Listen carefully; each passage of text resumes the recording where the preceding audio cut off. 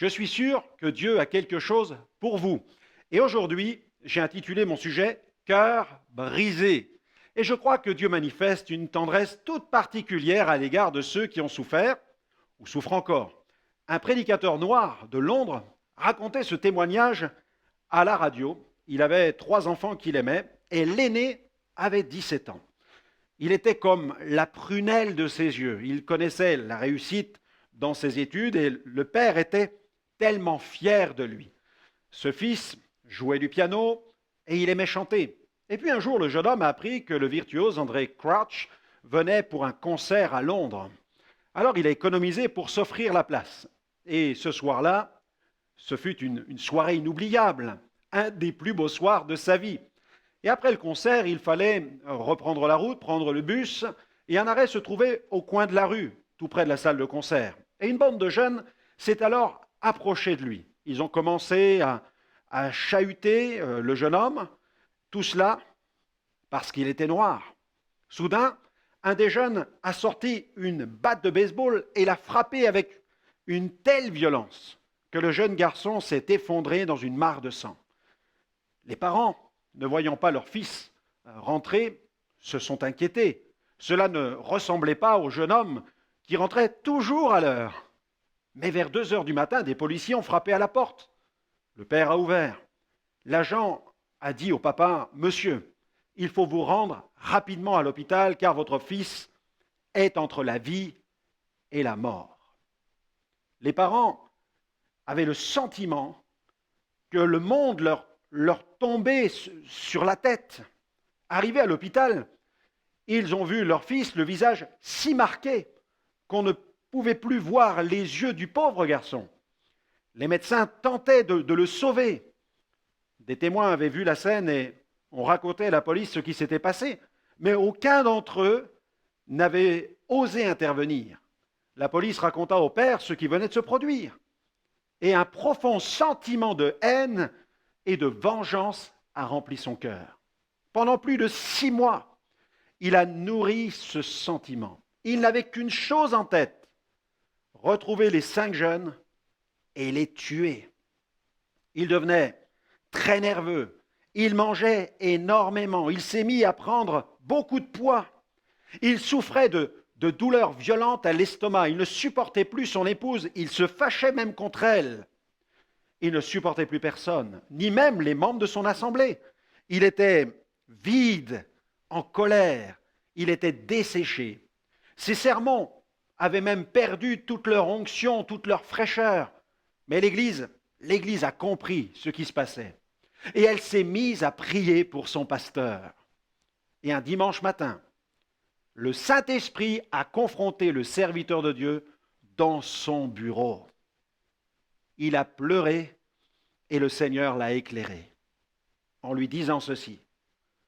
Tu dois te libérer de ces 5 jeunes. Tu dois les bénir car tu te détruis. Ce matin-là, il a pris la décision de pardonner. Il s'est présenté devant l'Église en pleurant et il a demandé pardon aux membres qui étaient présents. Cela faisait 6 semaines qu'il n'était pas allé à l'hôpital voir son fils car il ne supportait plus de le voir dans un tel état. Alors, l'après-midi même, sa femme et lui sont retournés à l'hôpital. Ils se sont assis près du jeune garçon. Le père a pris sa main et il a commencé à lui parler. Il lui a dit, « Quand je te dis quelque chose et que tu veux me dire oui, tout simplement tu presses ma main. Mais si tu es contre, tu ne fais rien. Mon fils, je déteste ceux qui t'ont fait du mal. Mais aujourd'hui, Dieu m'a parlé et il m'a demandé de ne plus m'accrocher à cette haine. J'ai pris la décision de pardonner. » Soudain, la main du garçon se resserra sur celle de son père. Les parents virent des larmes couler sur le visage du jeune homme et il bougeait de telle manière qu'on avait l'impression qu'il voulait parler. Alors l'épouse a dit au père, « Nous devrions prier pour lui maintenant. » Ils ont posé leurs mains sur la poitrine de l'enfant et remercier Dieu pour sa fidélité. 45 minutes plus tard, le garçon a commencé à bouger sa tête. Ensuite, il a bougé ses mains et il s'est mis à parler. Il s'est tourné vers son père et il lui a dit ceci. « Papa, je suis si content pour toi. Tu as choisi de leur pardonner. Tu sais, quand le premier gars m'a frappé, j'ai senti les os de ma joue se briser. Je me suis effondré à ce moment-là. Et j'ai crié dans mon âme, je te pardonne, je te pardonne. Votre cœur a-t-il été durement piétiné? Avez-vous été victime du rejet, de la calomnie, de mauvais traitements, d'insultes? Alors ce message est pour vous. Ne faites pas les frais de l'amertume. L'amertume est un poison, elle déforme le caractère, elle enlaidit. À cause d'elle, le chrétien perd de sa dignité. L'amertume est comme un cercle vicieux, elle produit de nombreux rejetons tels que la méchanceté, la haine, la rancune, le mécontentement, le sentiment de vengeance, l'esprit critique, des querelles, les murmures, les divisions. Mais la Bible dit dans Hébreux chapitre 12, verset 15, l'auteur de ce livre nous adresse cette parole, il dit « Veillez, veillez à ce que personne ne se prive de la grâce de Dieu, à ce qu'aucune racine d'amertume poussant des rejetons ne produise du trouble et que plusieurs n'en soient infectés. Amen. » Veillez même à ce que vos prières ne soient pas contaminées par l'amertume. Faites attention, l'amertume est un piège qui peut vous faire tomber dans l'hypocrisie. Vu de l'extérieur, vous avez tout l'air d'un chrétien, mais à l'intérieur, c'est le naufrage, c'est la désolation. Malheureusement, trop de chrétiens qui ont été blessés laissent l'amertume envahir leur vie de prière. Ils tombent dans une forme d'autisme spirituel, une forme d'enfermement. L'amertume peut devenir une véritable prison. J'ai vu des chrétiens liés par l'amertume réclamer la justice expéditive de Dieu sur ceux qui ont été à l'origine de leurs blessures. Ils finissent par tout interpréter en leur faveur. Par exemple, dès que ceux qui les ont fait souffrir sont éprouvés, ils y voient immédiatement la correction du Seigneur. Je me souviens d'un pasteur qui racontait quelques problèmes qu'il avait rencontrés avec des chrétiens de son assemblée. Un jour, ce pasteur fut victime d'une maladie et soudainement, certains membres de l'assemblée ont fait courir le bruit que Dieu était en train de le juger. Mais Dieu résiste à ceux qui prient avec un esprit de jugement. Le chapitre 58 du prophète Ésaïe décrit l'état de cœur de l'intercesseur. Et cet état de cœur lui attire toute la faveur de Dieu. Je vous invite vraiment à étudier aussi ce chapitre 58, où il est question du vrai et du faux jeûne. Le juste se confie dans la justice parfaite de Dieu et non dans le jugement de Dieu. Il y a une différence entre attendre la justice de Dieu et attendre le jugement de Dieu. Car attendre le jugement de Dieu signifie être convaincu que Dieu ne peut plus faire miséricorde, qu'il n'y a plus d'autre choix. C'est être sûr du jugement expéditif de Dieu dans telle ou telle circonstance. Cela signifie aussi ne laisser aucun espace pour une quelconque manifestation de la miséricorde de Dieu. Lorsqu'une personne tombe dans un esprit de jugement, il n'y a plus la place pour la miséricorde dans son cœur. Un tel état de cœur ne reflète pas les sentiments du cœur de Dieu. De plus, c'est une grave prétention que de penser à la place de Dieu. Dans le psaume 112, verset 5, il est écrit « Heureux l'homme qui exerce la miséricorde et qui prête, qui règle ses actions d'après la justice. » N'oublions pas Matthieu 7, verset 2, « Car on vous jugera du jugement dont vous jugez et l'on vous mesurera avec la mesure dont vous mesurez. » Le statut de victime ne peut nous octroyer le droit de juger et de condamner ceux qui nous ont fait souffrir. Car si nous condamnons, si nous critiquons, si nous calomnions, si nous jugeons, si nous nous vengeons, en quoi sommes-nous différents de ceux qui font le mal? Attention, cela ne veut pas dire que ce que nous avons souffert n'est rien et que Dieu est trop tolérant, par exemple. Soyons rassurés, Dieu a fixé un jour où il jugera les hommes. Mais la Bible dit, dans Romains 12, verset 19, « Ne vous vengez point vous-même, bien-aimés, mais laissez agir la colère, car il est écrit, « À moi la vengeance, à moi la rétribution, dit le Seigneur. La justice de Dieu sera toujours le meilleur pour nous, car Dieu est juste. Quand David fit le dénombrement et que cela déplut à l'Éternel, Gad le prophète vint le trouver pour lui dire que l'Éternel allait juger cette désobéissance en lui envoyant des fléaux. Dans cette histoire, David devait choisir entre les 3 fléaux suivants, c'était 7 ans de famine, 3 mois de fuite devant ses ennemis ou 3 jours de peste. Il fallait faire le choix. David laissa l'Éternel choisir lui-même. Il s'en remit à la justice divine. Pourquoi? Parce qu'il savait qu'elle était parfaite. David répondit à Gad le prophète dans 2 Samuel 24, verset 14, « Je suis dans une grande angoisse. Oh, tombons entre les mains de l'Éternel, car ses compassions sont immenses, mais que je ne tombe pas entre les mains des hommes. » 2 Samuel 24, verset 15 à 16, « L'Éternel envoya la peste en Israël depuis le matin jusqu'au temps fixé, et de Dan à Beersheba, il mourut 70 000 hommes parmi le peuple.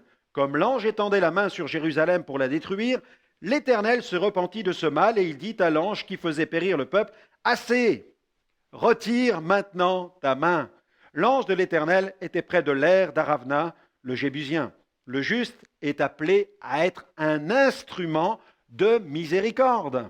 Il est aussi appelé à réclamer la miséricorde plutôt que le jugement. Dans Jacques 2, 13, car le jugement est sans miséricorde pour qui n'a pas fait miséricorde. La miséricorde triomphe du jugement. Le juste veille à garder un esprit bien disposé. Dans le psaume 51, verset 12, « Ô Dieu, crée en moi un cœur pur, renouvelle en moi un esprit bien disposé. » Surtout, ne blâmez pas Dieu. Dieu est votre meilleur allié dans la souffrance.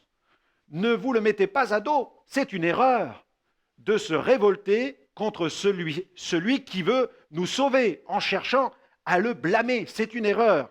Dans Isaïe 66, verset 2, « Voici sur qui je porterai mes regards, sur celui qui souffre et qui a l'esprit abattu, sur celui qui craint ma parole. » Il éprouve de la compassion pour le cœur qui est brisé. Psaume 147, verset 3, « Il guérit ceux qui ont le cœur brisé et il pense leurs blessures. » Approchez-vous de Dieu dans un esprit de prière. Le 24 décembre 2004, sur France Inter, un auditeur a posé une question à Christian Chesneau, un des 2 otages français qui avait été retenu 4 mois en Irak par un groupe terroriste islamique. Eh bien, pendant votre captivité, voici la question, quelle a été votre position face aux religions, face à Dieu? Avez-vous prié au contraire? Avez-vous eu une position de rejet par rapport à la foi? Christian Chesneau a répondu, « Nous n'en avons pas parlé, car ce sont des questions intimes, mais je suis croyant et Georges Malbruno également. Nous avons prié très souvent et très régulièrement. Avec Georges, nous avions 3 séances de prière par jour, le matin, le midi et le soir. Cela nous a beaucoup aidés. Quand vous êtes dans cette situation, vous n'avez plus que Dieu sur qui compter. La prière. La prière permet à Dieu de nous donner les premiers soins lorsque nous sommes blessés. La prière exprime une marque d'ouverture. Lorsqu'une personne est blessée, elle a tendance à se replier, à se protéger. Son capital confiance est largement entamé. Mais quand nous décidons de prier, nous montrons à Dieu que nous sommes disposés à recevoir ses soins. Jacques 5, 13. Quelqu'un parmi vous est-il dans la souffrance? Qu'il prie. Jacques 4, 8. Approchez-vous de Dieu et il s'approchera de vous. Avant d'appeler le pasteur, avant d'appeler les anciens, appelez Dieu. On ne peut pas tout dire à un homme, mais on peut tout dire à Dieu. Le secours des hommes peut tarder, mais celui de Dieu ne tardera jamais. Le pasteur est absent, il est occupé. Tournez-vous vers Dieu, il est disponible 24 heures sur 24. La prière va permettre au Seigneur de soigner votre cœur blessé. Dans le psaume 30, verset 2, « Éternel, mon Dieu, j'ai crié à toi, dit le psalmiste, et tu m'as guéri. » Le psalmiste reconnaît que la guérison est venue quand il a crié vers Dieu. C'est l'Éternel qui a opéré lui-même la guérison. Alors ne tardez pas, invoquez-le, demandez-lui de vous guérir. Vous pensez peut-être, cela ne sert à rien. Ou alors, et il sait tout. Il n'est pas nécessaire de lui raconter tout cela. Votre conjoint ne sait-il pas que vous l'aimez? Et pourtant, il aime vous l'entendre dire.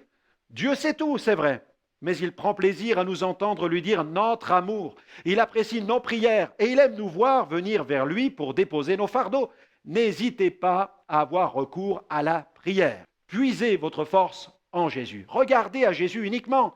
Il est votre modèle. Son comportement face aux injures, au mépris, nous enseigne l'attitude adoptée lorsque nous sommes victimes du rejet et que notre cœur est blessé.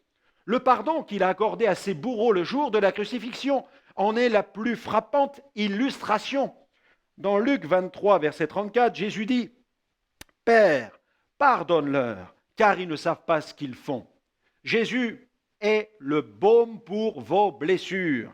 Il est oint pour guérir ceux qui ont le cœur brisé. Son onction vient de Dieu lui-même. C'est le Seigneur qui l'a oint. Il n'a pas reçu l'onction d'un prophète, mais du Père lui-même. Dans Luc 4, verset 18, il est écrit « L'Esprit du Seigneur est sur moi, parce qu'il m'a oint pour annoncer une bonne nouvelle aux pauvres. Il m'a envoyé pour guérir ceux qui ont le cœur brisé, pour proclamer aux captifs la délivrance et aux aveugles le recouvrement de la vue, pour renvoyer libres les opprimés. » Cherchez à lui ressembler.